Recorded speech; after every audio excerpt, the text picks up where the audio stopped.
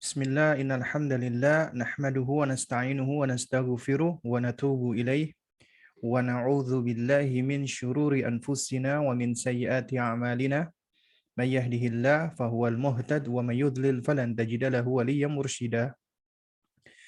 Asyhadu an la ilaha illallah wahdahu la syarika lah wa asyhadu anna Muhammadan abduhu wa rasuluh la nabiyya ba'dahu amma ba'du. فإن أصدق الكلام كلام الله وخير الهدي هدي محمد صلى الله عليه وعلى آله وسلم وشر الأمور محدثاتها وكل محدثة بدعة وكل بدعة ضلالة وكل ضلالة في النار أما بعد.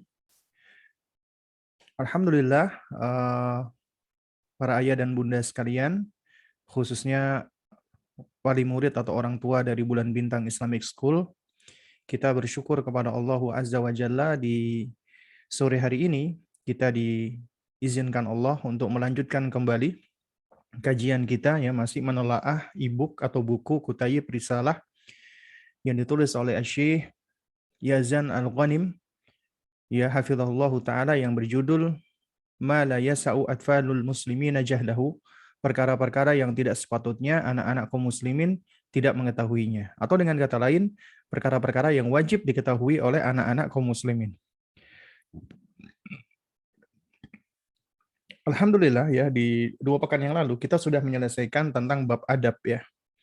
Dan sekarang kita loncat kembali, ya.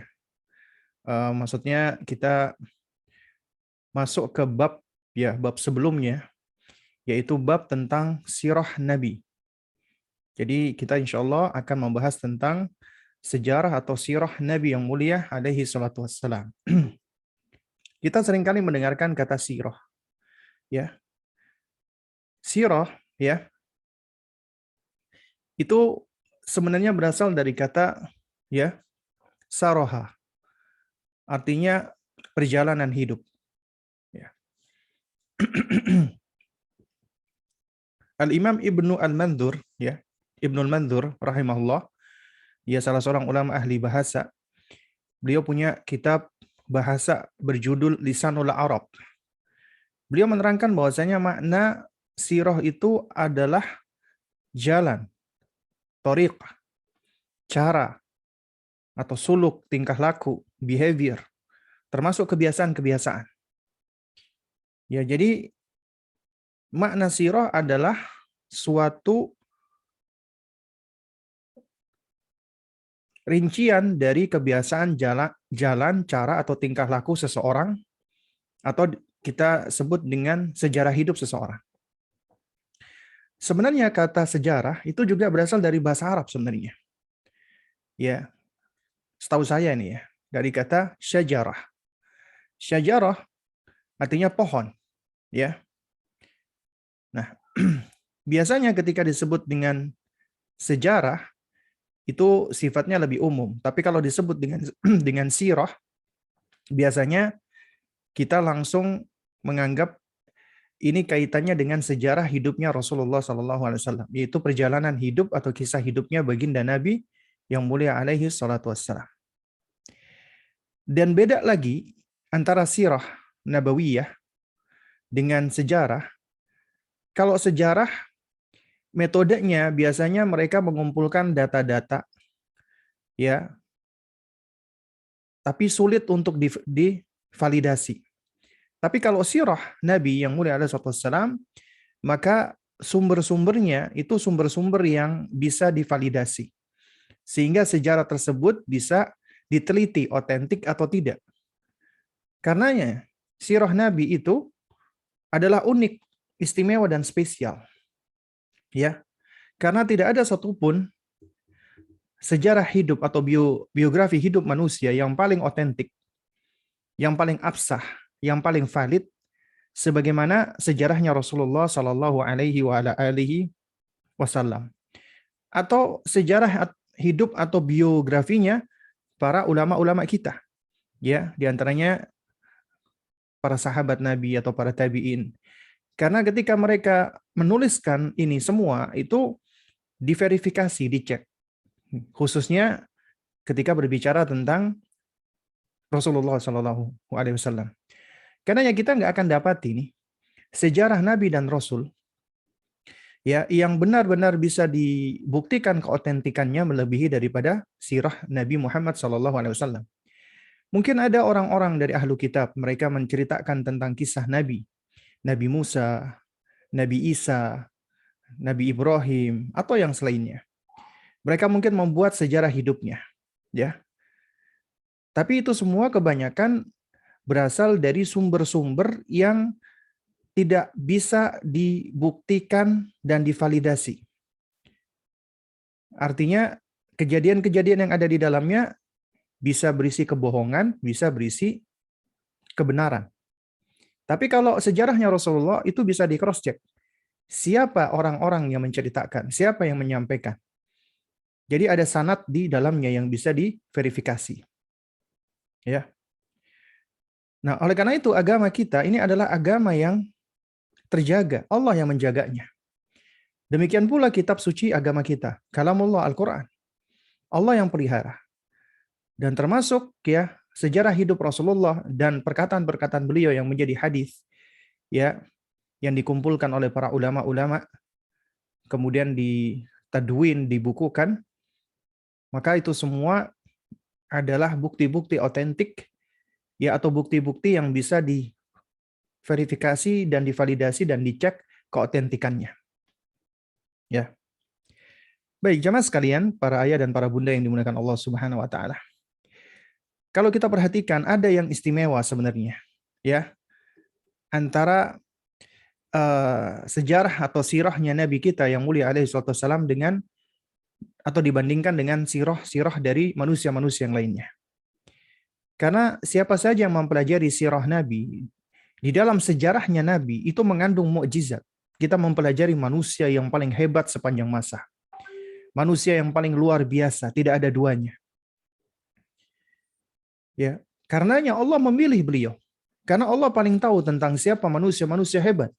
Yang paling bersih hatinya, yang paling jujur, yang paling benar lisannya, yang paling dermawan, yang paling pemberani dan seterusnya.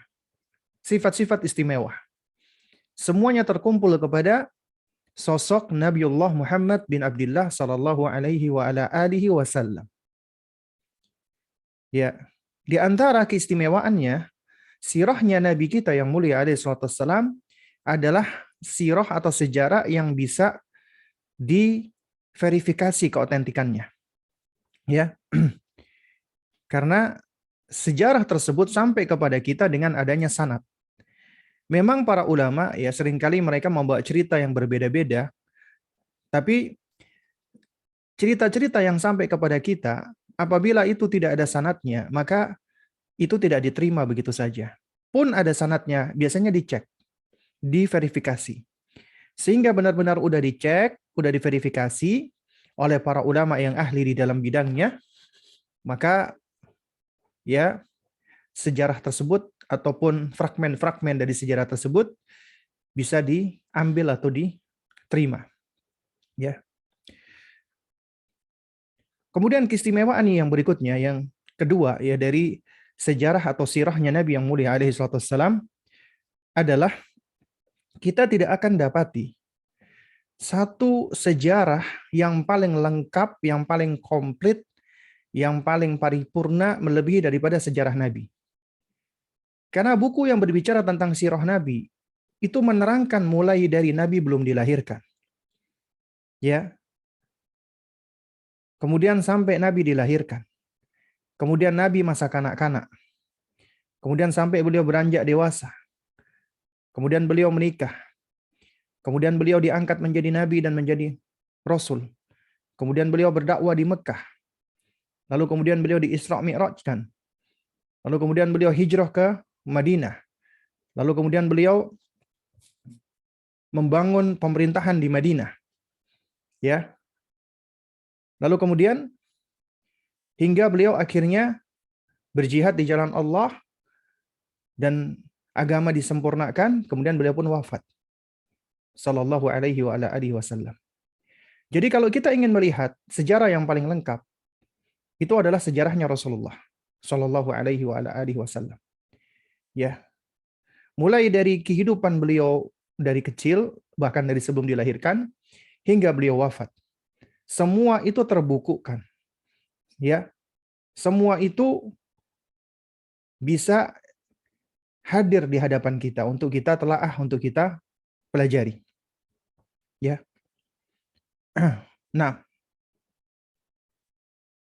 kemudian yang berikutnya di antara keistimewaan sejarahnya Rasulullah Shallallahu Alaihi Wasallam adalah kita tidak akan dapati sebuah kisah hidup dari manusia yang paling paripurna, melebihi daripada sirah Nabi. Karena di dalamnya kita bisa mengambil pelajaran dari sosok Muhammad masih kecil. Muhammad masih belum menikah. Muhammad sebagai pedagang. Kemudian ketika Rasulullah diangkat menjadi nabi, maka kita bisa mengambil fragmen-fragmen hidupnya ketika beliau menjadi seorang suami, ketika beliau menjadi seorang pemimpin, ketika beliau menjadi seorang negosiator, kemudian juga ketika beliau sebagai seorang pedagang, ya, dan masih banyak lagi, ya. Kita bisa melihat fragmen beliau di luar rumah dan di dalam rumah, lengkap. Tidak ada satupun sejarah yang selengkap seperti beliau alaihi salatu wassalam. Artinya, kalau kita ingin mencari contoh, teladan, uswah, maka kita dapati ada pada sejarahnya Rasulullah sallallahu alaihi wasallam. Ya. Nah, lalu kemudian juga di antara keistimewaan sejarah Nabi sallallahu alaihi wasallam adalah, ya, kita dapati sejarah-sejarah beliau itu syarat dengan faedah dan syarat dengan manfaat. Isinya adalah akhlak yang mulia, perangai yang indah. Ya, bagaimana Nabi SAW itu menunjukkan tentang kesempurnaan dari sifat-sifat dan karakter beliau. Siapa saja yang mempelajari sejarah Nabi dengan hati yang bersih, meskipun dia orang yang tidak beriman asalnya, maka dia akan tertarik dengan sosok Rasulullah Shallallahu Alaihi Wasallam. Karena sejatinya di dalam sejarahnya Nabi itu mengandung, ya, mukjizat sebenarnya. Kita ngambil fragmen, ya, contoh saja. Misalnya, seperti yang dikisahkan oleh pelayan beliau yang masih kecil, Khadimur Rasul, yaitu Anas bin Malik. Beliau mengatakan bahwasanya, ya, aku melayani Rasulullah SAW, ya, ya, itu selama 10 tahun, ya. Dan aku belum pernah itu diomelin oleh Rasulullah, dimarahin oleh Nabi. Atau Nabi protes, kenapa kamu nggak melakukan ini, atau kenapa kamu nggak melakukan itu. Ya, coba kita, ya jamaah, sebagai manusia, kita punya pelayan nih. Kemudian ada suatu hal yang kita kurang cocok dengannya. Ya mesti kita akan protes, ya, kita akan ngomel gitu loh. Nabi nggak pernah. Itu menunjukkan betapa Nabi SAW sosok manusia yang istimewa. Kemudian juga ketika Nabi misalnya disodori makanan, Nabi nggak suka. Nabi diam dan Nabi tidak mengambil makanan tersebut. Kalau kita coba, kita akan ngomong, makanannya asin nih, keasinan. Kok kurang ini ya, kurang gula kayaknya ya. Ya, itu kebanyakan kita mungkin akan, ini contoh kecil saja gitu loh. Ya, hal-hal yang mungkin kita anggap itu masalah sepele. Tapi di sisi Nabi, itu menunjukkan salah satu aspek-aspek kesempurnaan beliau alaihi wassalam. Karena itu, mempelajari sirah Nabi yang mulia alaihi wassalam itu sangat penting sekali, ya jemaah sekalian. Ya, harus mempelajari sirah Nabi dan harus kita, ya, mempelajari, membaca, kemudian kita juga harus mengajarkan kepada anak-anak kita. Kenapa? Ya, karena, ya, kalau kita ingin melihat wujud nyata konkret dari Al-Quran, Allah menurunkan Al-Quran. Al-Quran adalah kalamullah, firman-Nya Allah Subhanahu wa taala. Kalau kita ingin mencari, ya, wujud atau manifestasi konkret dari Al-Quran, syariat-syariatnya, dalam segala hal ya, termasuk akidah, manhaj, akhlak, muamalat, itu semua ada pada sosok Nabi yang mulia alaihi wassalam. Makanya tidak berlebihan apabila Ibunda Aisyah radhiyallahu taala anha memuji suaminya Nabiullah Muhammad sallallahu alaihi wasallam, kana khuluqul Quran. Perangai beliau adalah Al-Quran.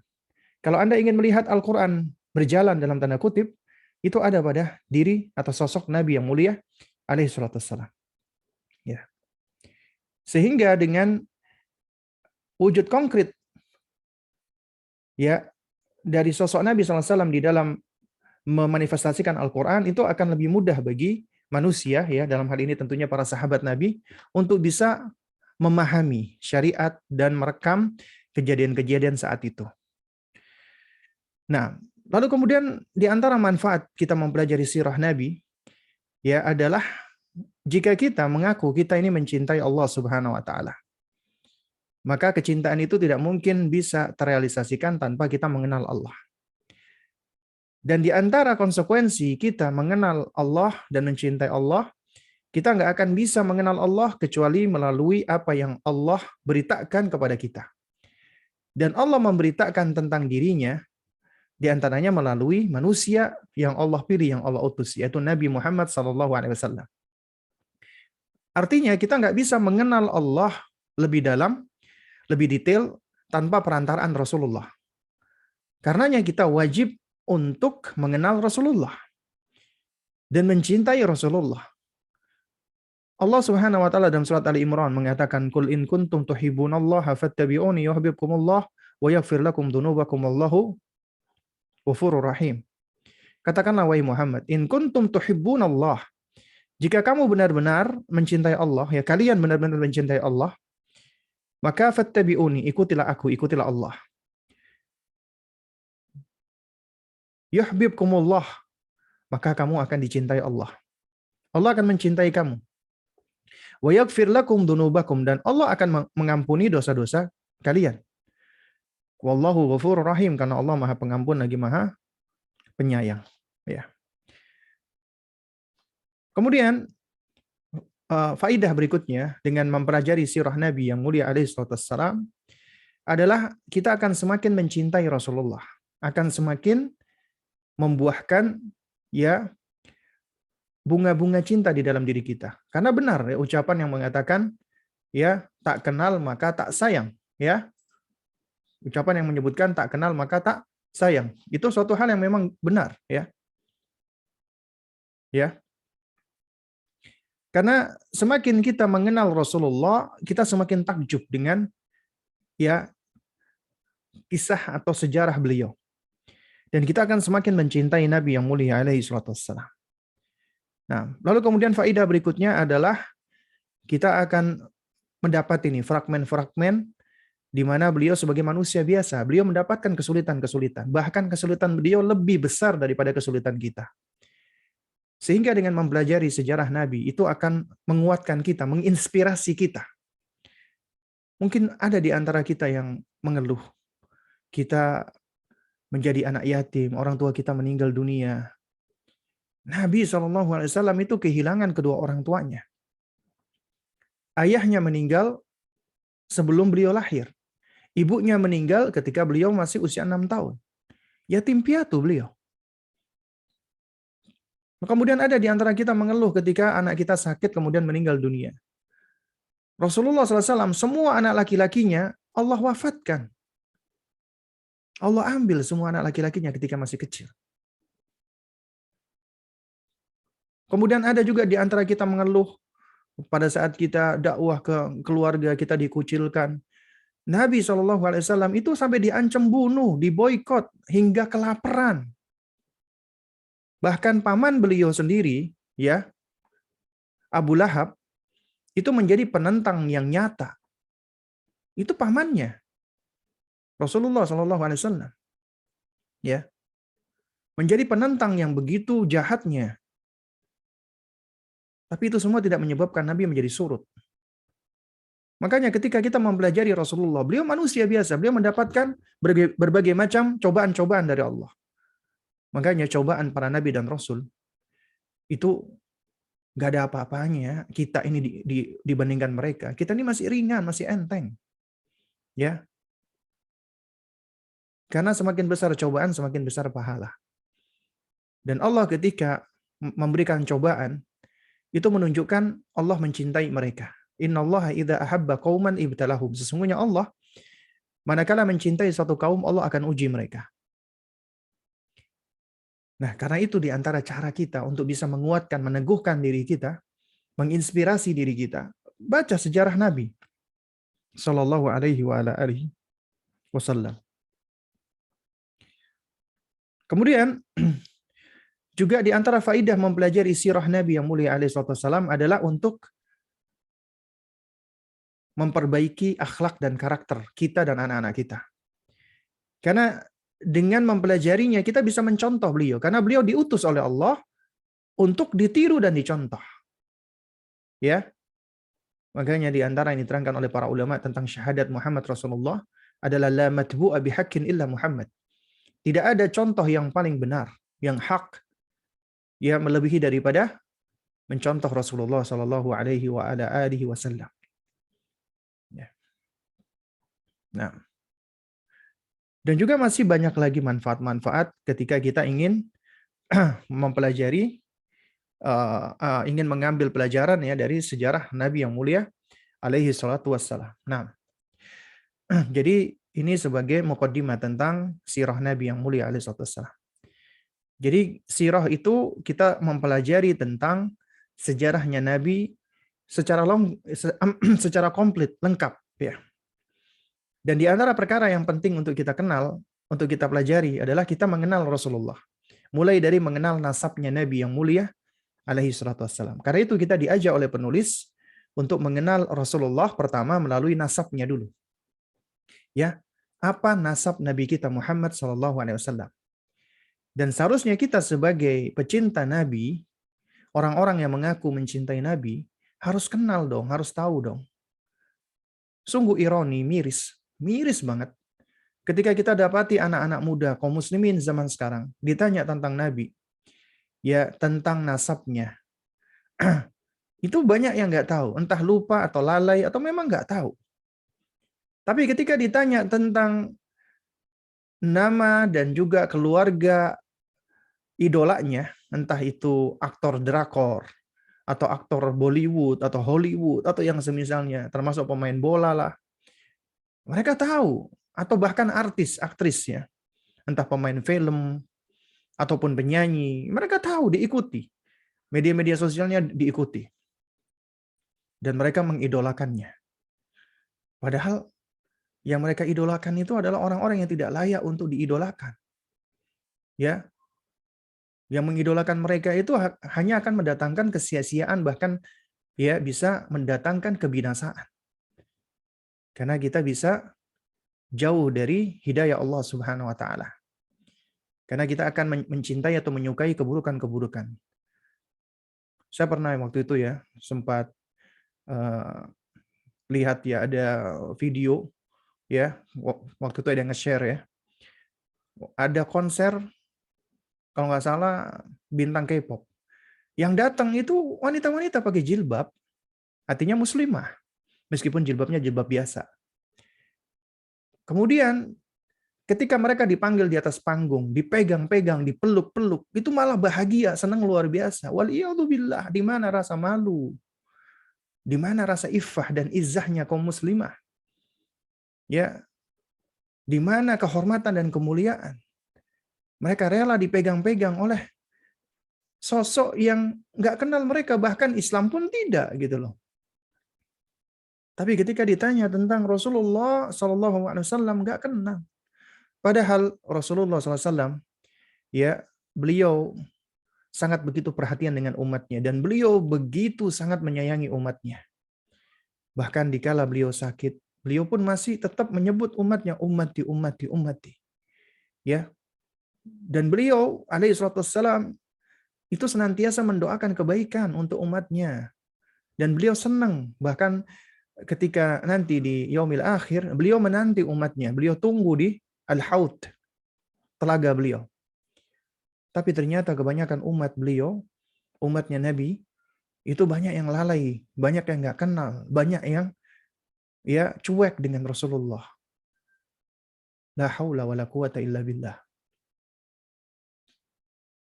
Dan itu adalah salah satu sebab kemunduran dan kehancuran kaum muslimin saat ini. Ketika mereka dijauhkan dari manusia-manusia yang bisa dijadikan sebagai teladan. Dalam hal ini tentunya yang paling utama adalah Rasulullah Sallallahu Alaihi Wasallam.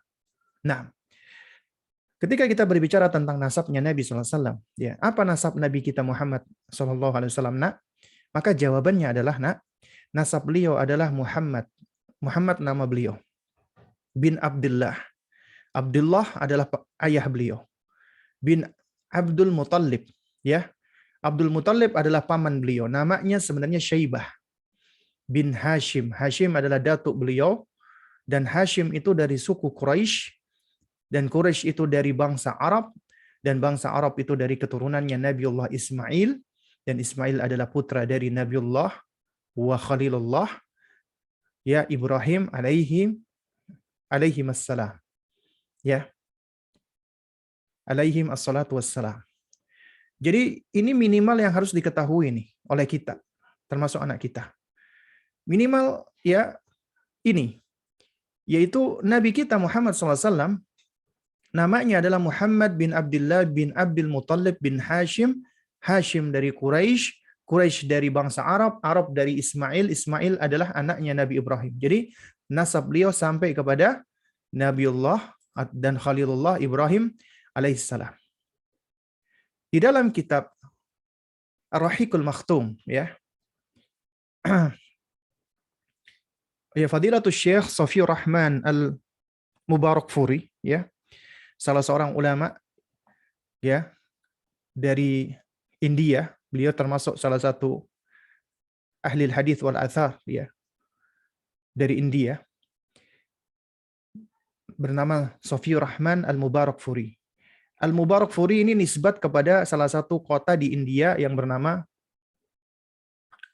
Mabarkapur, ya. Mabarkapur namanya. Nah, cuman Mabarkapur ini ketika ditulis menjadi Mubarakfuri.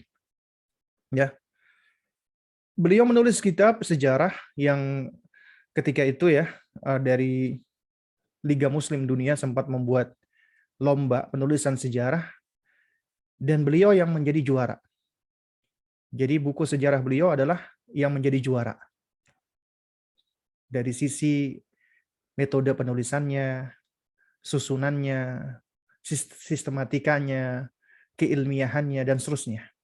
Makanya kitab ini adalah di antara kitab tentang sejarah Nabi yang paling lengkap, yang paling banyak diterjemahkan di dalam berbagai bahasa.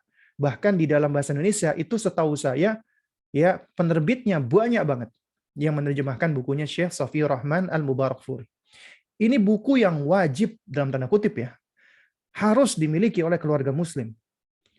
Dan kita juga harus tamat membaca buku-buku sejarah, di antaranya yang minimal bukunya Syekh Safiur Rahman Al-Mubarakfuri ini. Beliau ketika menerangkan tentang nasabnya Nabi SAW, beliau bagi menjadi 3 bagian. Ya, beliau bagi menjadi 3 bagian. Pertama, nasab yang disepakati oleh para ulama, nasabnya Rasulullah sampai ke yang bernama Adnan. Ya, datuknya Rasulullah bernama Adnan. Kemudian setelah itu nasab dari Adnan sampai ke Ismail sampai ke Ibrahim. Ini diperselisihkan. Baru kemudian yang ketiga, nasab dari Ibrahim sampai ke Nabiullah Adam. Ya, itu juga ini diperselisihkan. Tapi ternyata para ulama kita seperti Ibnu Hisham, ya, yaitu salah seorang ulama ahli sejarah yang terkenal, yang menulis kitab As-Sirah An-Nabawiyah. Beliau menulis nasabnya Rasulullah, ya, sampai ke Nabiullah Adam alaihissalam. Tapi yang disepakati adalah nasabnya beliau sampai ke Adnan. Adnan termasuk keturunan Ismail. Nah, itu beliau sebutkan riwayatnya, riwayat dari, ya, Sayyiduna Abul Aswad bin Muhammad bin Abdurrahman, ya, yaitu salah satu, ya, murid dari Urwah bin Zubair. Ya, beliau mengatakan, sami'tu Abu Bakar bin Sulaiman bin Abi Khaythamah. Aku mendengar Abu Bakar bin Sulaiman bin Abu Khaythamah wa kana min a'lami Quraisyin bi ansabiha. Beliau adalah salah seorang yang paling alim tentang nasabnya orang-orang Quraisy wa asy'ariha, dan juga syair-syairnya. Jadi Abul Aswad bin Muhammad bin Abdurrahman ini, beliau mendengar seorang yang bernama Abu Bakar bin Sulaiman bin Abi Khaythamah, seorang yang paling alim tentang nasab dan syairnya orang-orang Quraisy. Beliau mengatakan, ma wajadna ahadan ya'lamu ma wara'a Ma'at bin Adnan fi syi'ri syairi wala fi ilmi alimin. Ya, tidak pernah ya kami temukan seorang pun yang mengetahui tentang nasab ya, atau tentang orang-orang setelah Ma'at bin Adnan, yaitu datuknya Rasulullah, baik dalam syair-syairnya ataupun dalam pengetahuannya. Ya. Dan di antara riwayat ya yang paling tegas tentang nasabnya Rasulullah adalah riwayat yang disampaikan oleh sepupu Nabi, yaitu Abdullah bin Abbas radhiyallahu taala anhuma, ya, di mana disebutkan bahwasanya nasab beliau adalah Muhammad bin Abdullah bin Abdul Muttalib bin Hashim bin Abdi Manafin bin Qusay bin Kilab bin Murrah bin Ka'ab bin Lu'ay bin Ghalib bin Fihr bin Malik bin Nadar bin Kinanah bin Khuzaimah bin Mudrikah bin Ilyas bin Mudhar bin Nizar bin Ma'ad bin Adnan. Ya. Sampai di Adnan. Adapun setelahnya diperselisihkan. Ya. Di antara riwayat Abdullah bin Abbas disebutkan setelah Adnan kakek bapaknya adalah bin ya Ad, ya bin Ad bin Adad bin Aisyah bin Banat bin Hamal bin Qaidar bin Ismail bin Ibrahim. Ya. Nah. Ala kulli hal sebenarnya yang perlu kita pahami adalah Nabi SAW sendiri yang menerangkan bahwasanya Allah Subhanahu wa taala ketika menerangkan tentang nasabnya, Allah memilih Bani Kinanah dari keturunan Bani Ismail. Jadi dari keturunan Bani Ismail ini ya yang akhirnya ada ada banyak keturunan, di antaranya adalah dari Bani Kinanah. Ya, itu Allah istimewakan dari Bani Kinanah. Nah, kemudian dari Bani Kinanah ini Allah istimewakan lagi ya, dari keturunan Kinanah ini ada beberapa tribe lagi, ada beberapa suku lagi ya. Itu Bani Quraisy. Ya, keturunan Quraisy. Nah, kemudian dari suku Quraisy ini yang juga banyak, itu dipilih Bani Hashim. Ya, Bani Hashim. Dan dari Bani Hashim dipilih oleh Allah Subhanahu wa taala dari keturunannya sebagai nabi terakhir, yaitu Rasulullah sallallahu alaihi wa ala alihi wasallam. Ya. Nah, terus kemudian juga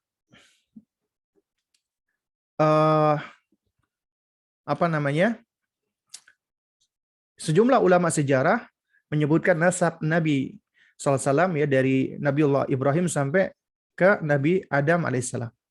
Ya. Itu juga disebutkan. Nah, baik jamaah sekalian dimuliakan Allah Subhanahu wa taala. Ya. Mempelajari tentang nasab itu penting sekali karena agama kita itu begitu memperhatikan nasab. Ya. Dan di dalam suatu riwayat ya, Nabi SAW beliau berasal dari nasab yang bersih. Tidak dilahirkan dari orang tua atau datuk-datuk yang pernah melakukan perzinahan. Ya. Karena itu diriwayatkan dari Imam At-Tabrani, ya. Diriwayatkan dari Nabi dikatakan kharajtu min nikah wa lam akhruj min safhin, ya. Min ladunni Adam ila an waladani abi wa ummi. Lam yusibni min sifahil jahiliyah syai'un. Aku dilahirkan dari pernikahan. Dan aku tidak dilahirkan ya dari hubungan perzinahan. Mulai dari bapakku Nabi Adam hingga sampai ke ayah ibuku. Jadi tidak ada ya sifahul jahiliyah, yaitu keburukan jahiliyah di dalam nasabku, di dalam nasabnya Rasulullah. Allah jaga kebersihan dan kesucian nasab Nabi Shallallahu Alaihi Wasallam. Ya. Nah, jemaah sekalian yang dimuliakan Allah Subhanahu Wa Taala.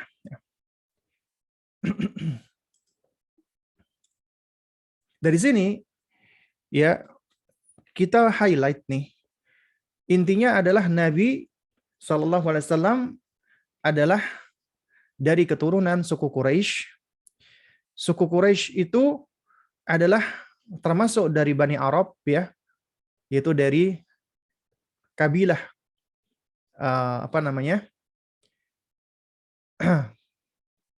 ya, beliau dari Bani Hashim, dan Bani Hashim itu dari Quraisy, ya, dan Quraisy itu dari kabilah Bani Kinanah, dan Bani Kinanah itu dari keturunan Bani Ismail, keturunan Nabi Ismail, dan Nabi Ismail adalah keturunan dari Nabiullah Ibrahim. Kita tahu nih ya, di dalam sejarah, ya, dan juga disebutkan di dalam ya Al-Quran dan juga dalam hadis Nabi, Nabiullah Ibrahim alaihissalam punya 2 putra yang bernama Ismail dan Ishak. Ismail adalah keturunan atau anak dari Nabi Ibrahim dari pernikahan beliau dengan Hajar alaihissalam. Ishak putra dari keturunan beliau dengan Sarah alaihissalam. Dan menurut para ulama ahli sejarah, yang pertama kali dilahirkan adalah Ismail. Baru kemudian Ishak.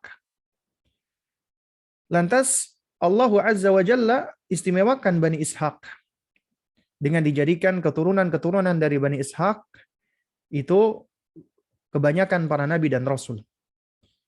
Maka Ishak punya anak namanya Yakub. Nama lainnya adalah Israel. Makanya keturunannya Nabi Yakub disebut dengan Bani Israel. Nah, dari situ lahirlah para nabi begitu banyaknya. Ya, mulai dari Daud, Sulaiman, dan seterusnya. Ya, sampai Musa dan Isa. Nah, sementara dari Bani Ismail, ya, wallahu a'lam bishawab, ya, itu tidak disebutkan secara spesifik ya tentang adanya para nabi dan rasul. Tapi kitab-kitab suci dari para nabi dan rasul itu sudah menyebutkan tentang akan munculnya nabi terakhir. Disebutkan dengan ciri-cirinya yang begitu lengkapnya. Orang-orang Yahudi mereka menanti-nanti dan menunggu-nunggu. Tapi ketika mereka mendapati tanda-tanda dari kitab suci mereka itu ada pada Rasulullah Muhammad bin Abdullah alaihi salatu wassalam, mereka nggak terima. Kenapa? Karena ternyata nabi terakhir tidak berasal dari Bani Israel. Tidak berasal dari Bani Ishak. Namun berasal dari Bani Ismail. Dan mereka hasad, mereka dengki karena mereka adalah orang-orang yang rasis.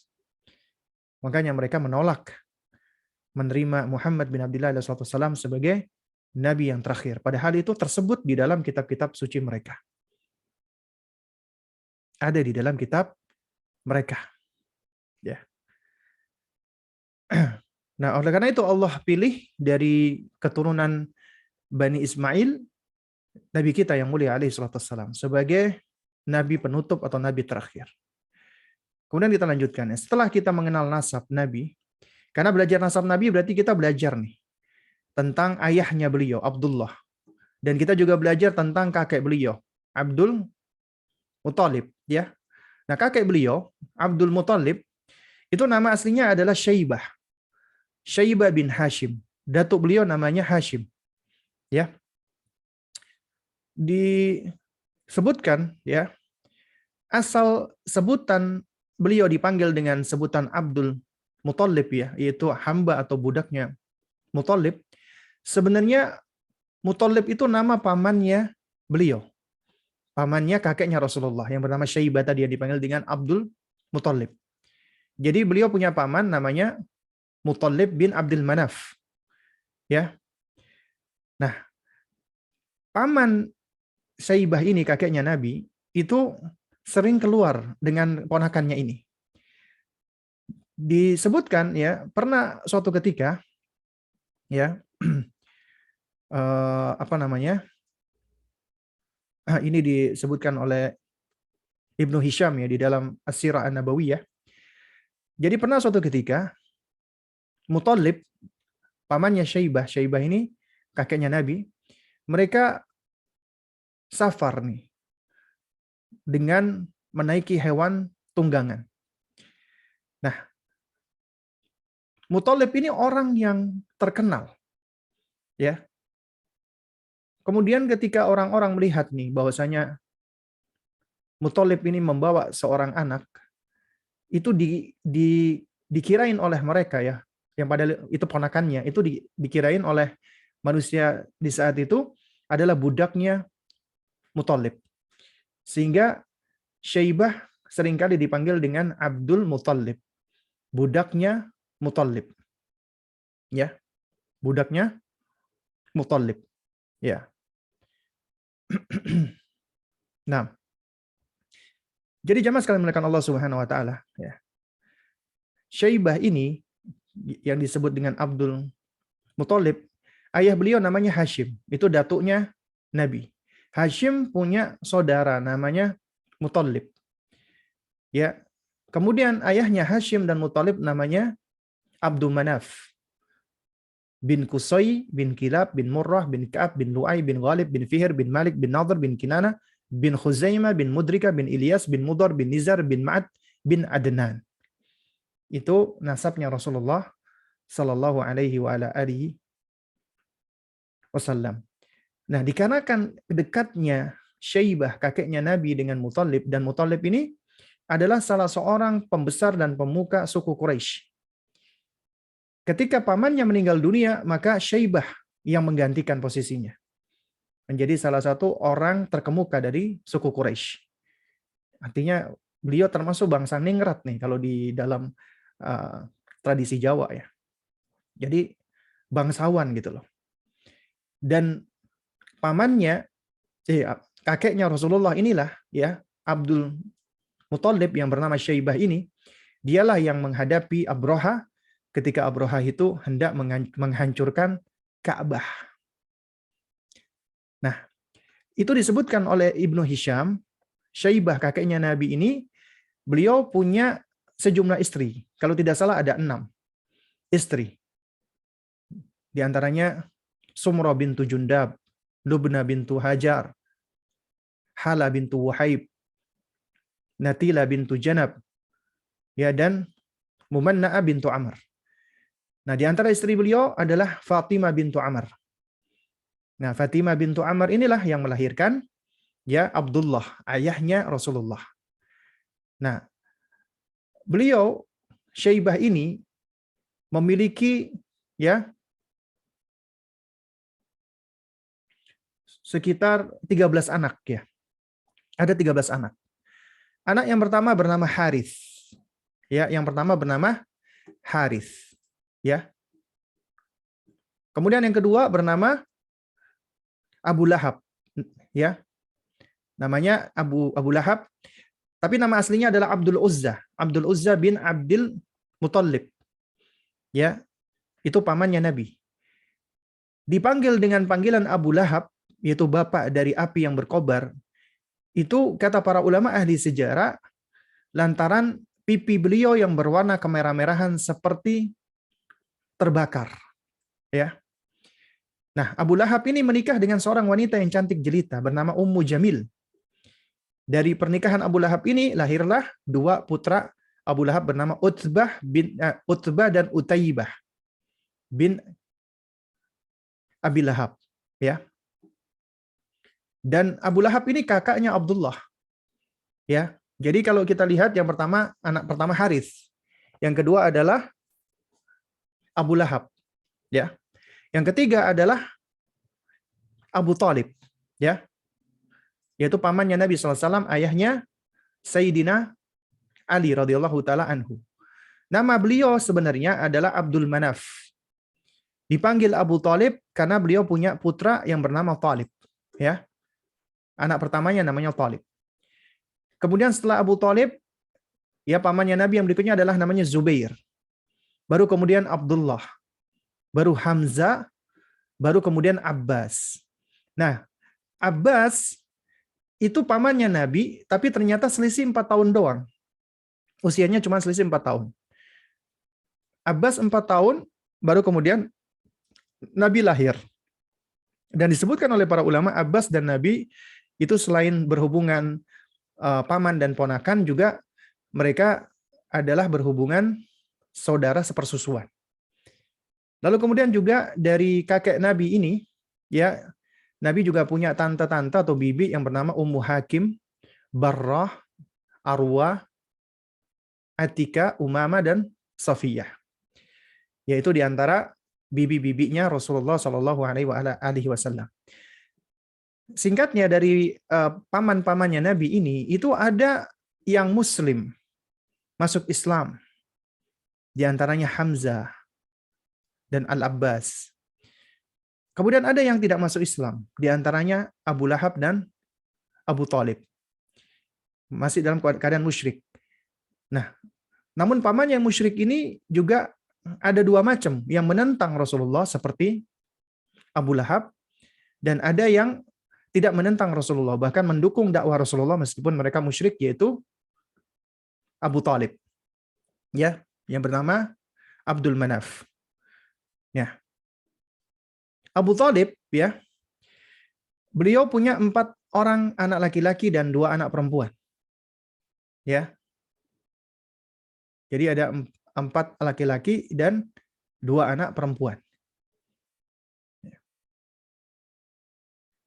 Anak beliau yang pertama namanya Talib, makanya beliau disebut dengan Abu Talib. Kemudian beliau punya anak kedua namanya Ja'far, kakaknya Sayyidina Ali.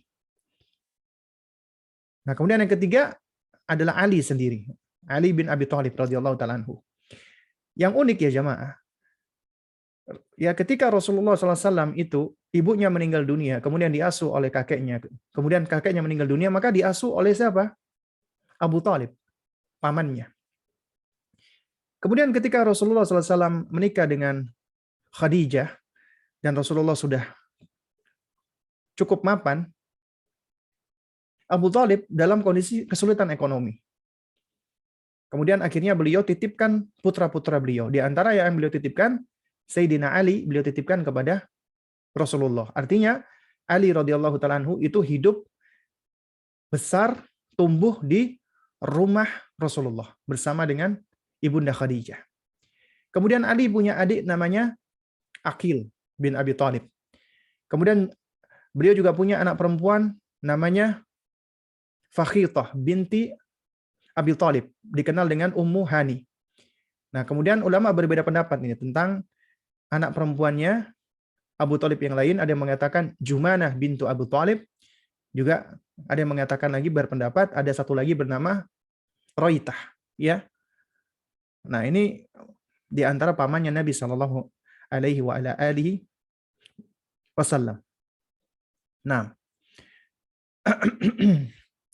dan Abu Talib ini beliau menikah dengan istrinya, ya, yaitu ibunya Sayyidina Ali bernama Fatimah bintu Asad. Fatimah bintu Asad. Ya. Dan ibu beliau yang dinikahi oleh Syaibah, kakeknya Nabi tadi, bernama siapa? Fatimah bintu Amr. Fatimah bintu Amr. Nah. Jadi dari sini kita bisa melihat ya bahwa ya Nabi SAW itu punya ayah namanya Abdullah, kemudian kakeknya namanya Syaibah, ya dipanggil dengan Abdul Muthalib.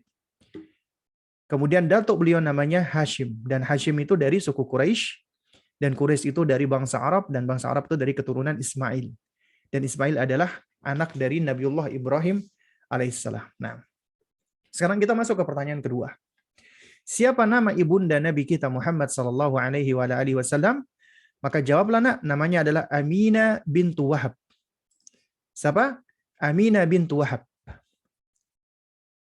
Aminah bintu Wahab, ya, itu juga memiliki nasab yang bagus. Nasabnya bertemu dengan ayahnya Nabi Abdullah. Ya, ketemunya di mana? Di Kilab, Kilab bin Murrah. Ya, Kilab bin Murrah. Jadi nama beliau adalah Aminah bintu Wahab bin Abdi Manaf bin Zuhrah bin Kilab bin Murrah. Ya. Nah, jadi dari sini ibunya Nabi SAW adalah juga sama-sama dari suku Quraisy, ya, dari suku Quraisy, ya. Dan ketemunya di mana? Ya, yakni ketemunya di bin Kilab, ya. Ketemu di bin apa namanya, dari Kilab, ya. Kalau Abdullah, ya kan? Abdullah bin Abdul Muthalib atau bin Syaibah. Kemudian bin Hashim, ya. Kemudian bin Abdi Manaf, ya. Kemudian bin Qusay, baru kemudian bin Kilab. Kalau ini bin Abdi Manaf bin Zuhra bin Kilab, ibunya Nabi Shallallahu Alaihi Wasallam. Nah, lalu kemudian pertanyaan ketiga, kapan ayah Nabi Muhammad SAW wafat? Ya, maka jawabannya adalah ayah beliau wafat di Madinah. Jadi ayahnya Nabi wafatnya di Madinah, bukan di Mekah. Ketika Nabi SAW masih berada di dalam kandungan ibunya dan belum dilahirkan. Jadi ketika Aminah, ibunya Rasulullah, hamil mengandung, ya, suaminya Abdullah wafat, meninggal dunia. Kemudian pertanyaan yang keempat, kapan Nabi SAW dilahirkan? Beliau dilahirkan pada tahun gajah, Amul Fil, yaitu di hari Senin di bulan Rabiul Awal. Ini hari Senin adalah sesuatu yang disepakati, karena Nabi SAW menyebutkan diri beliau dilahirkan di hari Senin. Adapun tanggalnya, itu ulama berbeda pendapat, ya. Artinya berkaitan dengan tanggal beliau apa namanya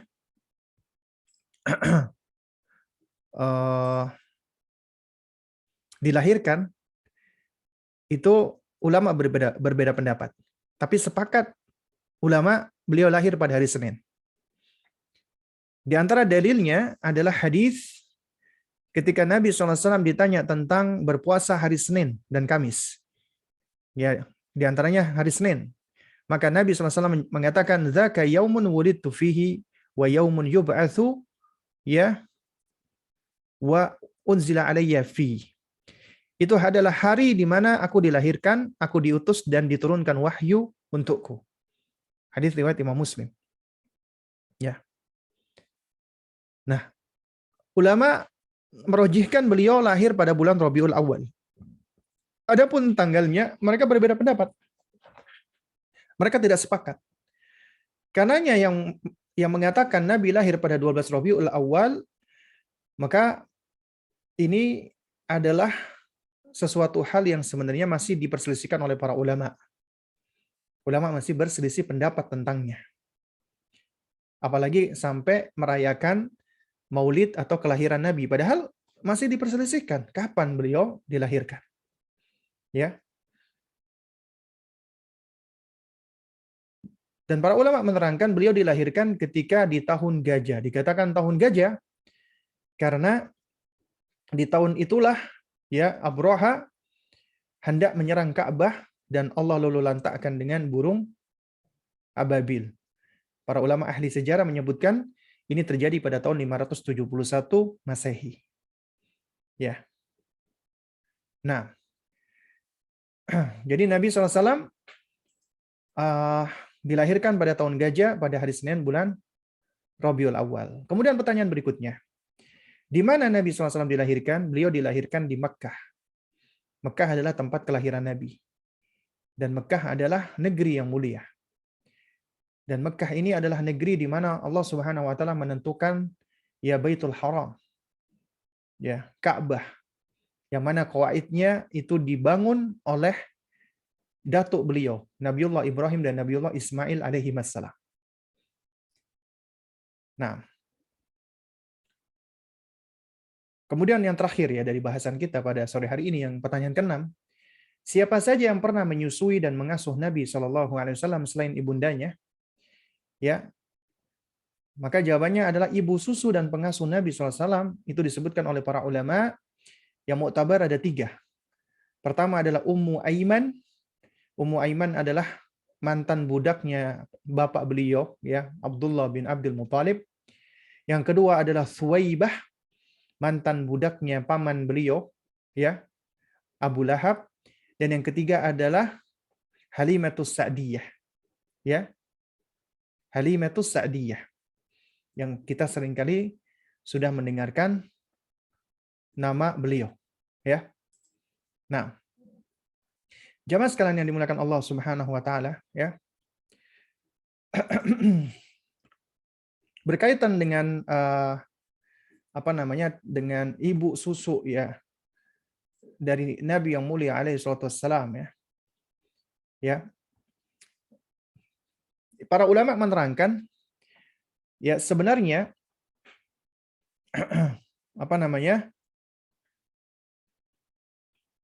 ketika Rasulullah Shallallahu Alaihi Wasallam ya itu lahir ya, beliau disusui oleh Thuwaibah ya, Thuwaibah. Nah, ya. Nah, di sini memang para ulama berbeda pendapat ya tentang siapa duluan yang menyusui Nabi ya. Sebagian ulama menyebutkan yang pertama kali ya turut menyusui setelah dilahirkan oleh Aminah, ibunya Rasulullah, itu adalah Ummu Aiman, mantan budaknya ayah beliau. Tapi Ummu Aiman hanya menyusui Rasulullah itu selama beberapa hari saja. Ada yang mengatakan 3 hari, ada yang mengatakan 7 hari. Ya. Nah, Ummu Aiman ini adalah seorang wanita yang berasal dari Ethiopia, Habasyah, namanya Barokat, ya. Jadi nama beliau adalah Barokat. Dan beliau termasuk wanita yang masuk Islam. Ya. Dan ulama berbeda pendapat tentang Ummu Aiman ya, tentang kapan beliau dimerdekakan, ya. Dan pendapat yang lebih kuat adalah Rasulullah yang memerdekakan Ummu Aiman ketika Rasulullah sudah dewasa. Setelah itu Nabi SAW ya menikahkan pengasuh beliau ini Ummu Aiman dengan sahabat beliau Zaid bin Harithah. Ya, Zaid bin Harithah. Dan Ummu Aiman beliau hidup sampai setelah wafatnya Nabi. Kurang lebih Nabi wafat 5 atau 6 bulan kemudian baru beliau meninggal dunia. Makanya ketika kita baca tentang sejarah wafatnya Nabi SAW, ya itu disebutkan ya, hadis riwayat dari Anas bahwasanya Abu Bakar dan Umar pernah mengunjungi Ummu Aiman ini. Ya, kenapa Abu Bakar dan Umar mengunjungi Ummu Aiman? Karena Nabi suka mengunjungi beliau, karena beliau termasuk ya salah satu ibu susunya. Ya, nah ketika Abu Bakar dan Umar sampai ke tempatnya Ummu Aiman, ya mereka melihat Ummu Aiman menangis. Kemudian ditanya, ya, ma yubkiki ya Ummu Aiman, apa yang membuatmu menangis wahai Ummu Aiman? Ya, padahal apa yang di sisi Allah adalah lebih baik bagi Rasulullah SAW. Artinya, ya keputusan Allah untuk mewafatkan Nabi itu adalah suatu hal yang sudah Allah tentukan dan itu baik. Lalu kemudian Ummu Aiman menyebutkan bahwa ya beliau mengatakan ya, ma abki alla akuna a'lamu anna ma indallahi khairun li Rasulih sallallahu alaihi wasallam. Walakin abki anna al-wahya qad inqata'a min as-sama'i fahiyat jahuma 'alal buka. Ya. Kata Ummu Aiman, aku menangis bukan karena aku tidak tahu bahwasanya apa yang di sisi Allah adalah lebih baik bagi Rasulullah. Tapi aku menangis karena wahyu sudah terputus dari langit. Akhirnya ini menyebabkan ya Abu Bakar dan Umar juga ikut menangis. Ya. Nah, lalu kemudian Nabi SAW juga beliau disusui oleh mantan budaknya Abu Lahab. Itu juga selama beberapa hari sebenarnya. Ya. Kalau Syekh Sofiyur Rahman Al-Mubarakfuri menyebutkan beliau disusui oleh Thuwaibah selama 7 hari atau 1 pekan. Ya. Ini sebagaimana disebutkan oleh hadis Nabi yang menyebutkan arda'atni wa Aba Salamah Thuwaibah. Aku dan Abu Salamah disusui oleh Thuwaibah. Nah, tapi memang tidak disebutkan harinya, namun Syekh Sofiyur Rahman Al-Mubarakfuri itu beliau menyebutkan ya beliau disusui selama 7 hari. Ya. Dan Thuwaibah ini sebelumnya adalah budaknya Abu Lahab. Dan ketika Abu Lahab mendengarkan ya adiknya Abdullah punya anak ya, maka dia bahagia. Dia bahagia. Dan berita itu disampaikan oleh Thuwaibah. Ya. Saking bahagianya dia memerdekakan Thuwaibah dan kemudian dia memerintahkan untuk memotong beberapa ratus ekor unta dalam rangka untuk menyambut kelahiran keponakannya. Jadi ini menunjukkan ya, secara asal mereka itu mencintai Nabi SAW. Makanya Nabi ketika belum diangkat menjadi Rasul, semua orang Quraisy sepakat Nabi itu orang yang luar biasa baiknya. Ya, manusia yang istimewa. Mereka mencintai Nabi Shallallahu Alaihi Wasallam. Nah, selain Thuwaibah pernah menyusui Nabi dan Abu Salamah, juga disebutkan Thuwaibah pernah menyusui Hamzah, ya, juga pernah menyusui Hamzah. Jadi Hamzah juga termasuk saudara sepersusuan Nabi. Nah, adapun keislaman Thuwaibah, ulama berbeda pendapat. Ya, ulama berbeda pendapat. Kemudian baru yang banyak kenal ya, masyhur karena Nabi SAW disusui cukup lama adalah oleh seorang wanita bernama Halimah bintu Abi Dhu'aib As-Sa'diyah atau dikenal dengan Halimatus Sa'diyah. Ya. Nah, Halimatus Sa'diyah beliau menyusui Nabi Shallallahu Alaihi Wasallam. Ya. Sampai usia Nabi selesai menyusui, artinya sampai usia fitam, ya. Dan Halimatus Sa'diyah ketika menyusui Rasulullah itu adalah momen-momen paling beruntung bagi beliau. Ya, momen paling beruntung. Artinya setelah Rasulullah bersama dengan beliau, itu yang namanya rezeki yang tadinya air susunya sulit tiba-tiba lancar, ya. Kemudian juga apa namanya? Kehidupan mereka semakin baik, ya. Dan kemudian juga di antara salah satu putra Halimah ada seorang bernama disebutkan Syaimah. Itu juga salah satu saudara sepersusuan Nabi Shallallahu Alaihi Wasallam. Juga di dalam sejarah juga sempat disebutkan, ya, bahwasanya pernah ditawarkan putrinya Hamzah, pamannya Nabi, untuk menikah dengan Nabi. Namun Nabi menolaknya karena Nabi tahu Hamzah ini adalah saudara sepersusuan Nabi yang mulia alaihi salatu wassalam. Ya.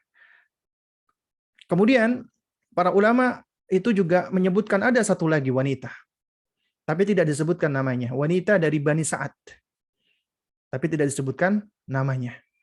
Itu yang disebutkan pernah menyusui, ya, Nabi Shallallahu Alaihi Wasallam, tapi cuman sehari, ya.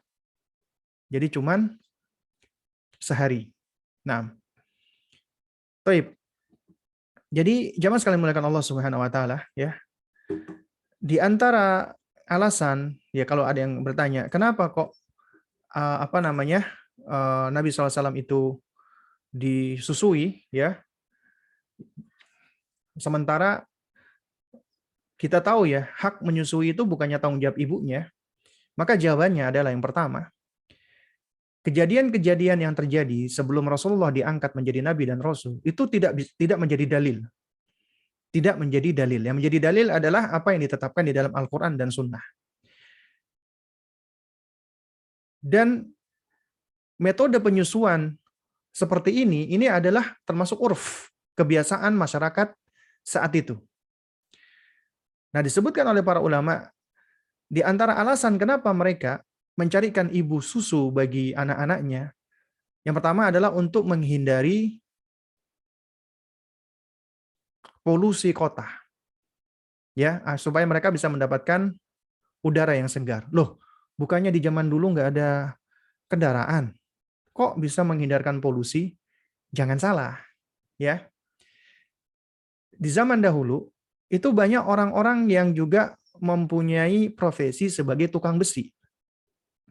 Kita tahu, ya, tukang besi, apalagi di zaman dahulu, ketika mereka menempa besi, itu yang namanya asap, debu, itu juga banyak gitu loh.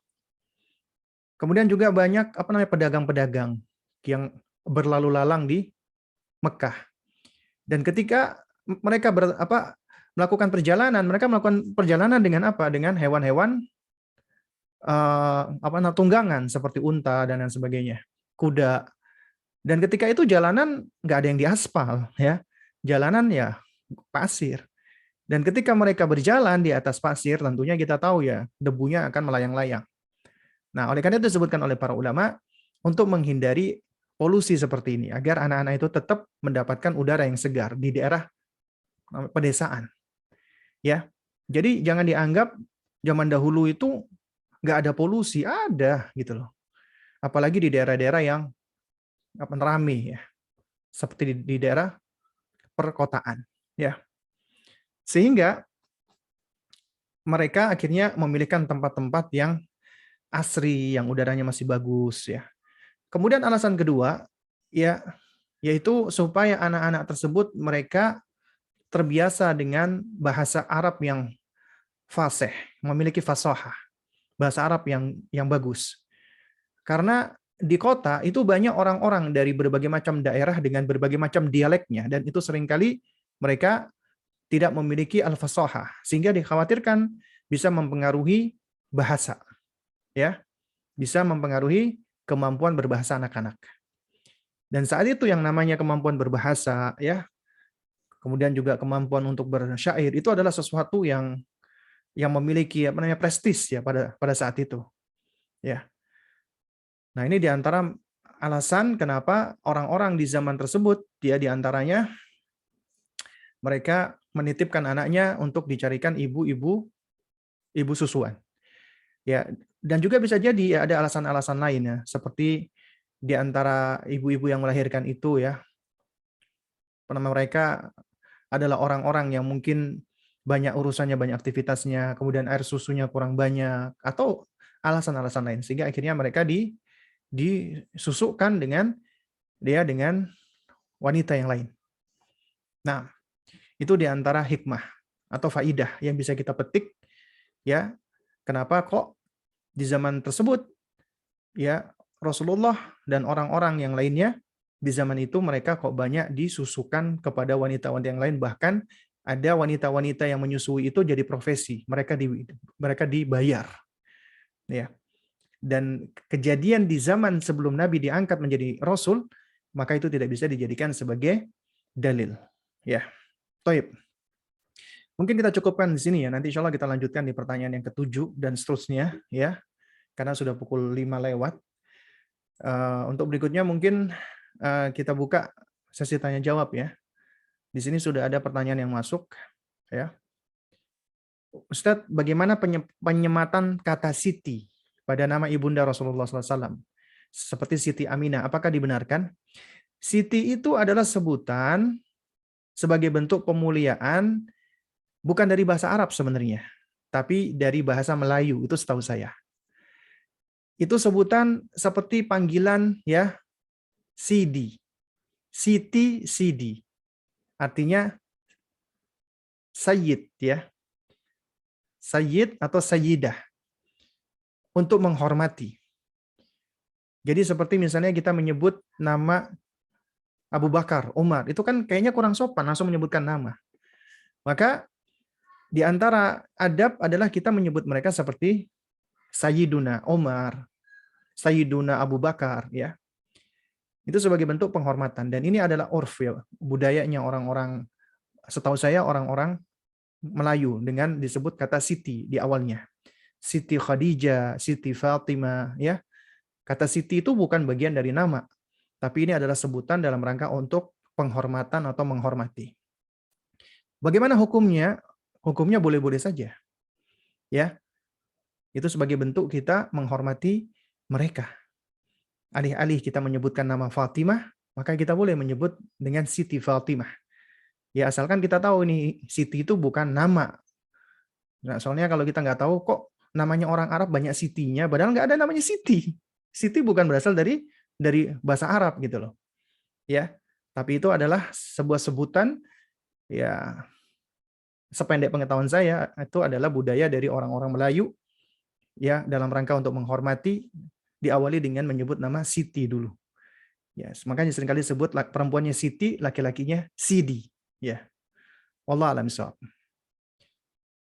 Ustadz, apa penyebab kaum Yahudi dan Nasrani tidak beriman kepada Rasulullah SAW? Apakah karena Rasulullah SAW keturunan Arab, Nabi Ismail alaihissalam ya, putra Hajar bukan dari keturunan Ishak alaihissalam putra Sarah?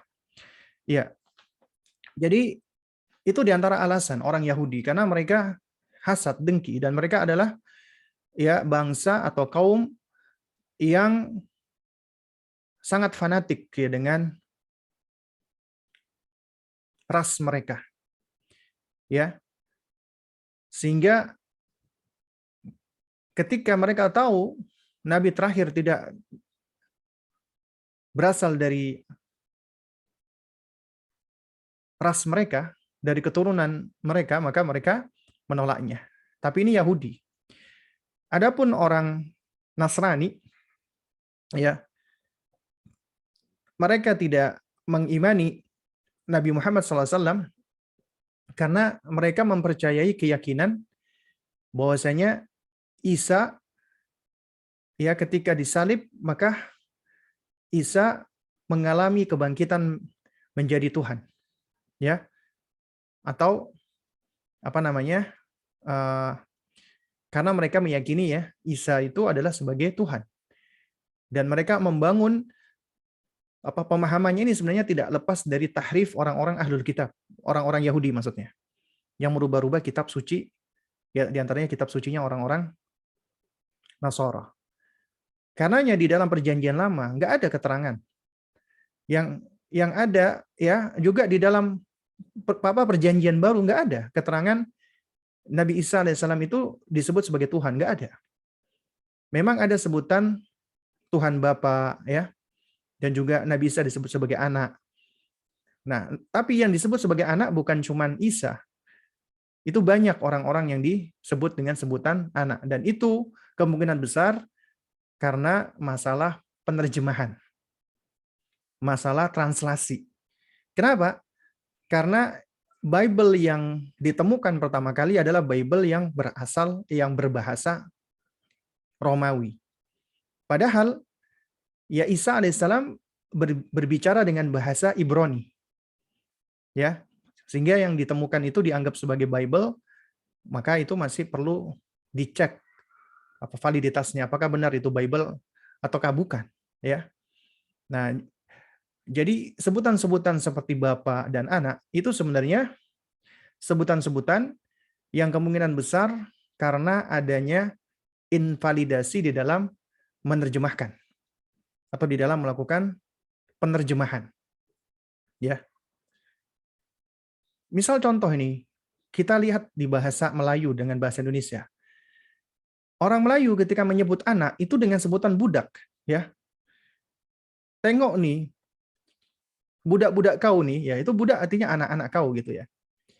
Ya, padahal kalau kita memahami budak itu ya sahaya gitu loh.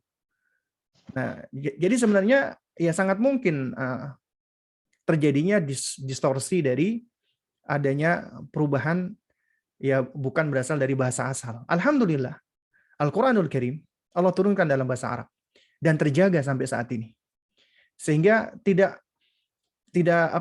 membuka peluang terjadinya distorsi. Ya.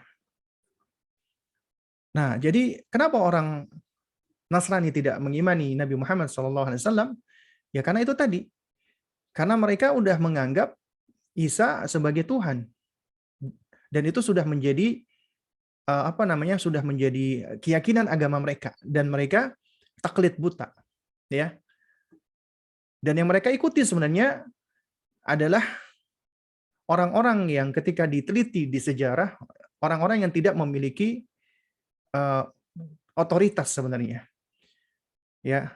Karena sejatinya agama yang mereka bangun sekarang itu agamanya Saul atau Paulus dengan konsep-konsep seperti trinitasnya yang diadopsi dari ya agama-agama wathani, agama-agama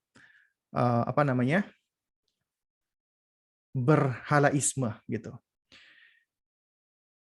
Bagaimana menjawab pertanyaan anak SD 7 tahun saat menanyakan kenapa tidak semua temannya beragama Islam? Ya ini sebenarnya sama dengan pertanyaan kenapa Allah menciptakan ada muslim, ada kafir. Memang kaidah asalnya adalah ya bahwasanya ya innallaha la yus'al wa hum yus'alun. Sesungguhnya Allah tidak ditanya tapi kita semua yang akan ditanya. Itu kaidah asalnya. Tapi tentunya kita belum bisa langsung berargumentasi dengan hal ini. Kenapa? Karena ya anak-anak kita tersebut adalah mereka masih butuh ya bimbingan dari orang tuanya gitu loh. Mereka butuh untuk bisa mendapatkan jawaban yang lebih jelas. Ya. Nah, kalau ditanya kenapa kok Allah menciptakan adanya orang-orang kafir? Ya, jawaban sederhananya adalah ya Allah Subhanahu wa taala menciptakan segala sesuatu di muka bumi ini ya, di dunia ini sesuai dengan kehendaknya. Itu tidak lepas dari ujian Allah untuk kita, manusia. Allah menciptakan di mana di situ ada kebaikan, maka di situ ada keburukan. Karena seseorang tidak akan bisa mengenal keburukan apabila tidak ada kebaikan, demikian pula sebaliknya. Apabila tidak ada kebaikan, maka tidak ada keburukan. Demikian pula Allah menciptakan ada terang dan gelap. Karena seseorang tidak akan bisa merasakan nikmatnya terang apabila dia nggak pernah mendapatkan gelap. Demikian pula sebaliknya. Allah juga menciptakan adanya panas dan dingin. Ya, kita bisa merasakan panas karena kita tahu ada dingin, dan kita merasakan dingin karena kita tahu ada panas. Nah, demikian pula Allah ciptakan ya ada kekafiran, ada jalan-jalan menuju kepada kekafiran, dan ada jalan-jalan menuju kepada keimanan. Ya, Allah ciptakan, Allah uji, dan Allah Subhanahu wa taala berikan arahan atau bimbingan.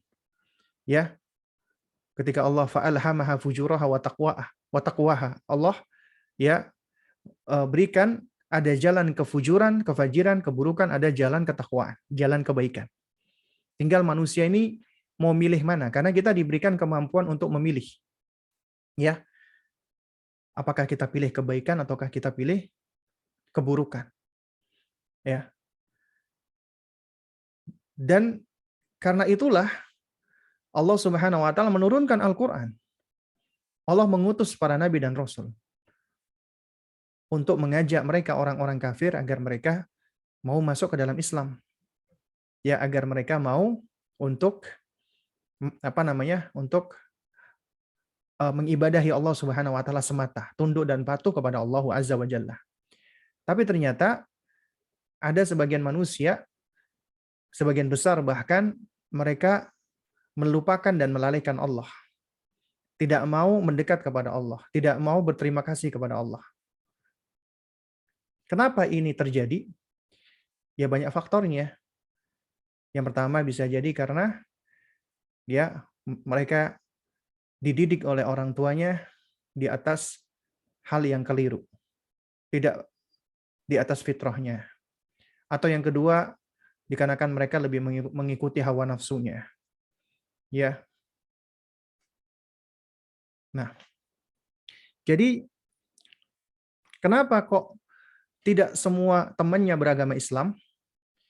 Maka ini sebenarnya jawabannya juga ya sama dengan kenapa ya Allah menciptakan ada putih, ada hitam, ada panas, ada dingin, ada atas, ada bawah, ya, ada baik, ada buruk, ya. Itu semua adalah sebagai bentuk ujian untuk kita, ya.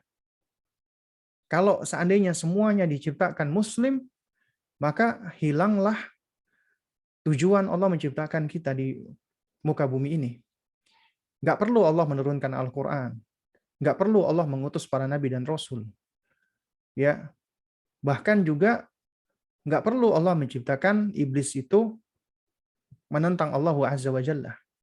Semuanya itu sudah Allah tentukan, ya bagian dari pengetahuan Allah untuk menguji siapa di antara kita ini benar-benar layak untuk kembali masuk ke dalam surganya Allah Subhanahu wa taala.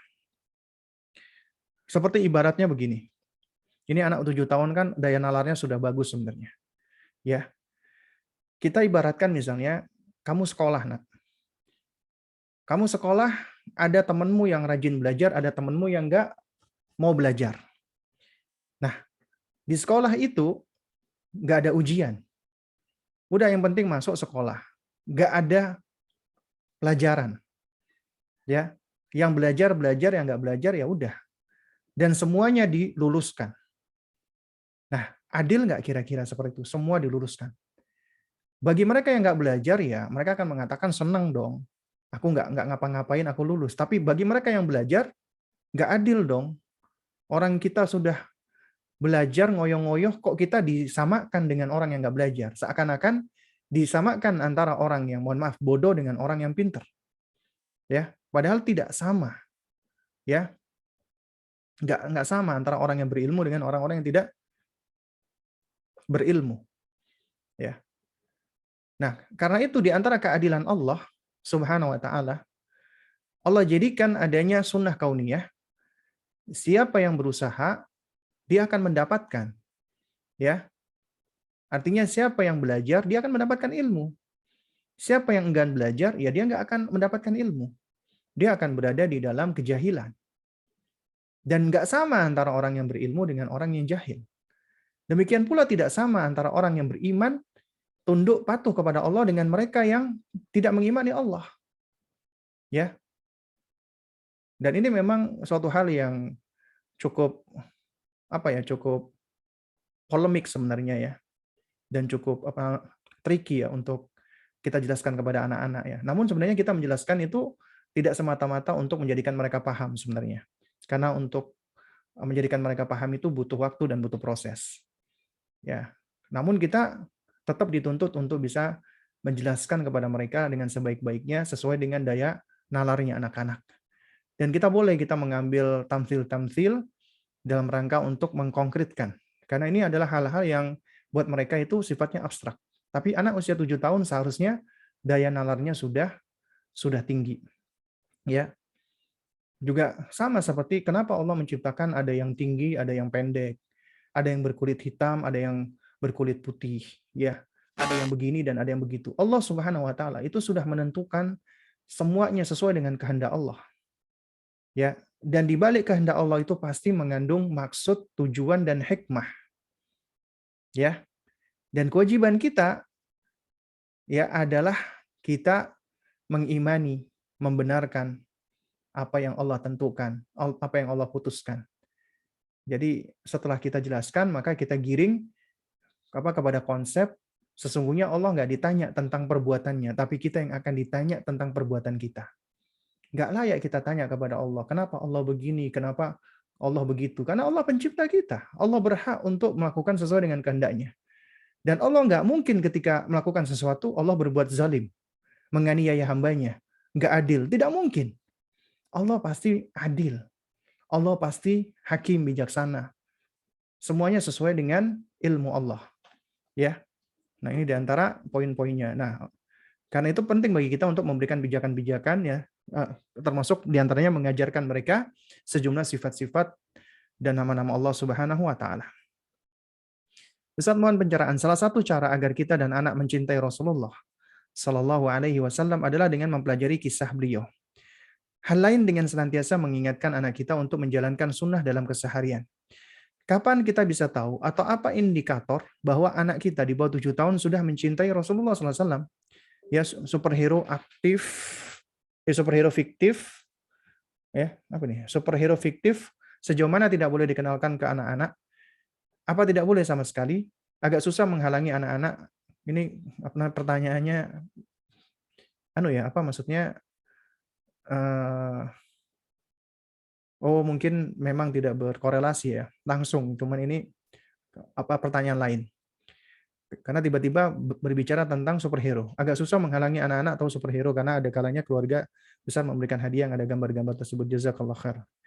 Nah, jadi pertanyaan yang pertama adalah bagaimana melihat indikator anak kita itu mencintai Rasulullah Shallallahu Alaihi Wasallam. Ya, indikatornya berarti kita sendiri juga harus sudah mengetahui dan memahami apa yang ada pada diri kita. Sejauh mana kita ini mencintai Rasulullah, apa kira-kira indikasinya? Indikasinya diantaranya adalah kita menaati Rasulullah. Kita mencintai Rasulullah yang terbukti dengan ketaatan kita kepada beliau. Kita senang ketika mempelajari sejarah beliau.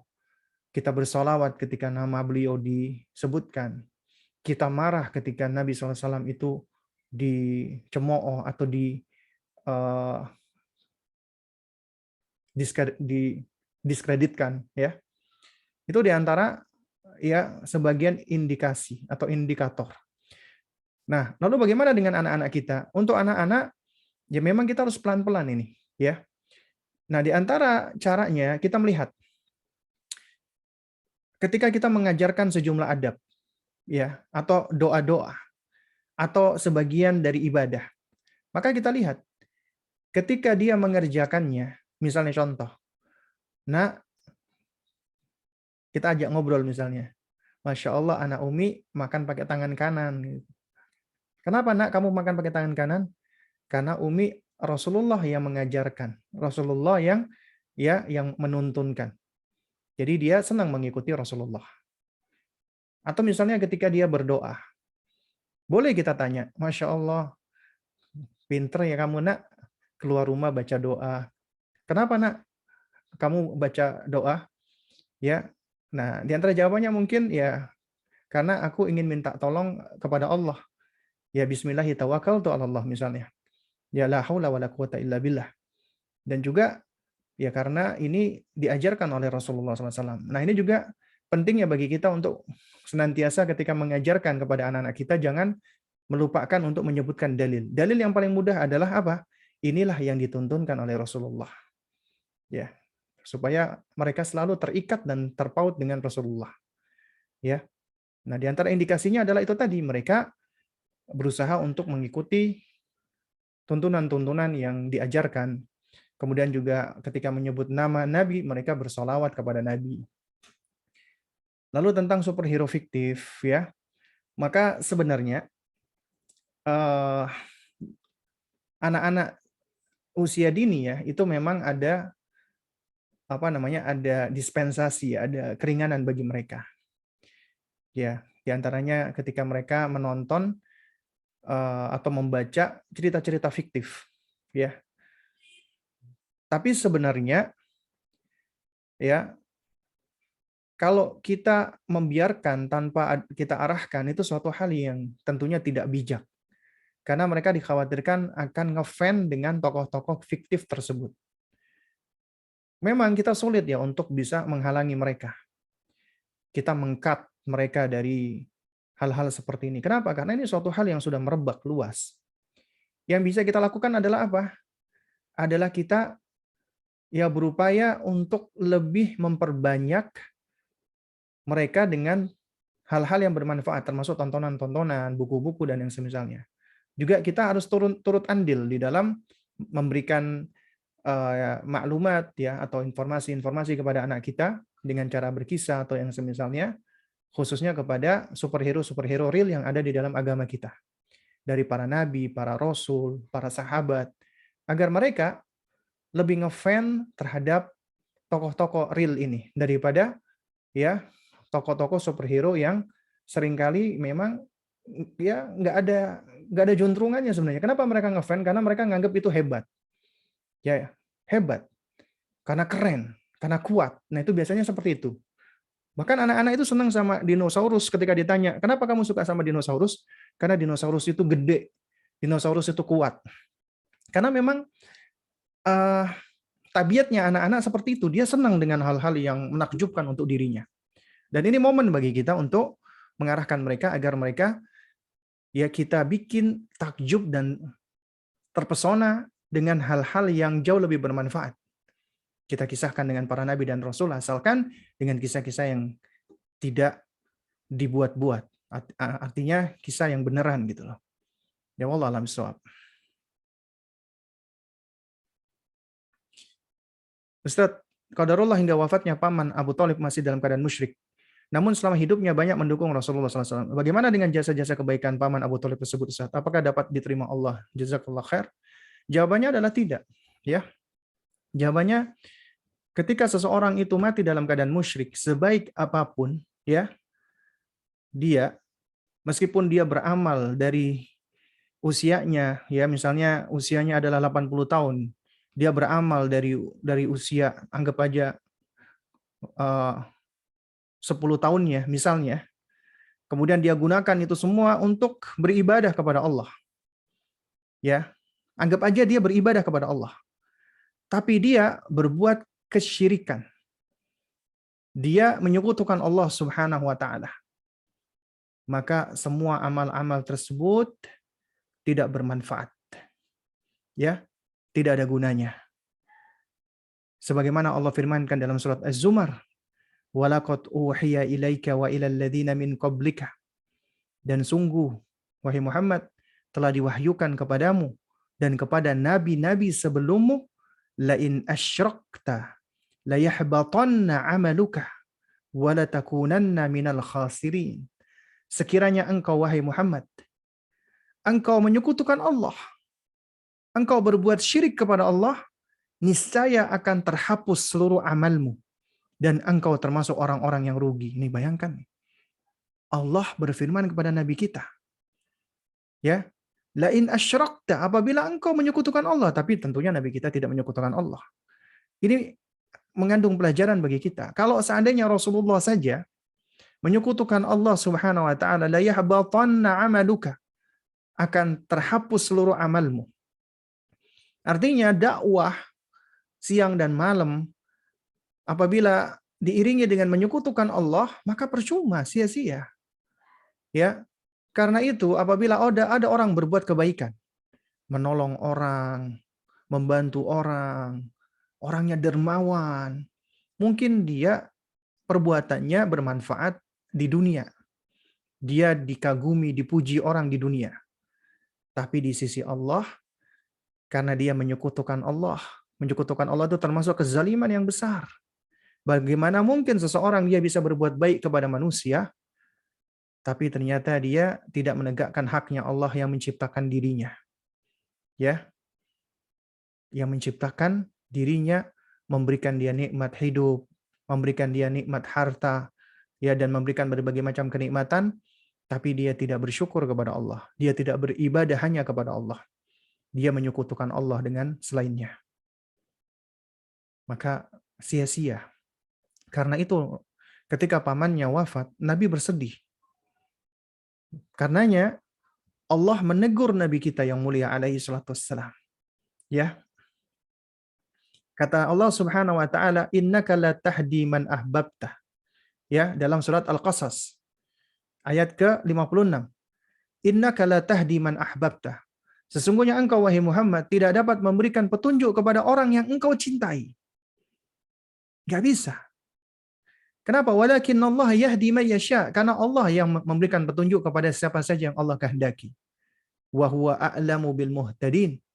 Dan dialah Allah yang lebih tahu tentang siapa yang mendapatkan petunjuk. Siapa yang mau menerima petunjuk. Ya. Jadi Nabi pun nggak bisa memberikan hidayah. Nabi sedih, manusiawi. Karena ketika Abu Thalib dalam kondisi sakaratul maut, Nabi datang mendekati pamannya. Ketika itu berkumpul orang-orang pembesar musyrikin. Nabi mengatakan, ini disebutkan di dalam sirah Nabi. Ya ammi, qul la ilaha illallah. Wahai paman, ucapkan kalimat la ilaha illallah, wahai paman. Uhaju laka bihi indallah. Aku akan berhujjah di sisi Allah dengan perkataanmu tadi. Ucapkan paman la ilaha illallah. Kemudian disebutkan Abu Thalib pun melirik melihat kepada Abu Jahal dan pembesar-pembesar musyrikin lainnya. Dan dia enggan meninggalkan agama nenek moyangnya. Ya, yaitu di atas kesyirikan. Dikatakan fa'abah. Dia enggan. Dan dia mati dalam keadaan syirik, menyekutukan Allah. Karenanya seluruh kebaikan-kebaikan beliau semuanya layahbatannah, semuanya itu sirna, hilang. Enggak berguna dan enggak bermanfaat. Ya. Dan hanya saja Allah Subhanahu wa taala memberikan keringanan. Yaitu apa? Diberikan terompah. Yang mana terompah itu ketika menginjak neraka tetap menyebabkan otak menjadi mendidih. Itulah siksa Allah Azza wa Jalla. Nah, karena itu pondasi yang utama adalah tauhid. Mentauhidkan Allah. Karena perbuatan baik tanpa diiringi dengan tauhid percuma. Tidak berguna. Ya. Orang berbuat baik siang dan malam, membaca Al-Qur'an siang dan malam, berpuasa, haji, umrah, tapi dia menyekutukan Allah. Meminta-minta kepada selain Allah. Berdoa kepada selain Allah. Menyeru kepada selain Allah. Menjadikan antara dirinya dengan Allah itu ada perantara-perantara yang dia seru, yang dia berdoa kepadanya. Atau dia minta tolong kepada mayit, minta tolong kepada jin atau yang semisalnya.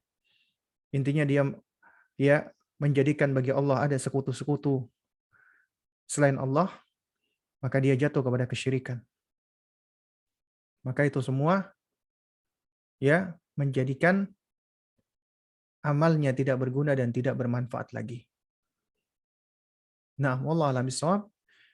Mungkin kita cukupkan sampai di sini karena sudah pukul 17.40. Insyaallah nanti kita lanjutkan di pertemuan yang berikutnya.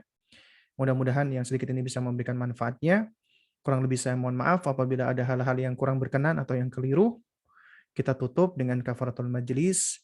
Subhanakallahumma wa bihamdik asyhadu an la ilaha illa anta astaghfiruka wa atubu ilaik. Wassalamualaikum warahmatullahi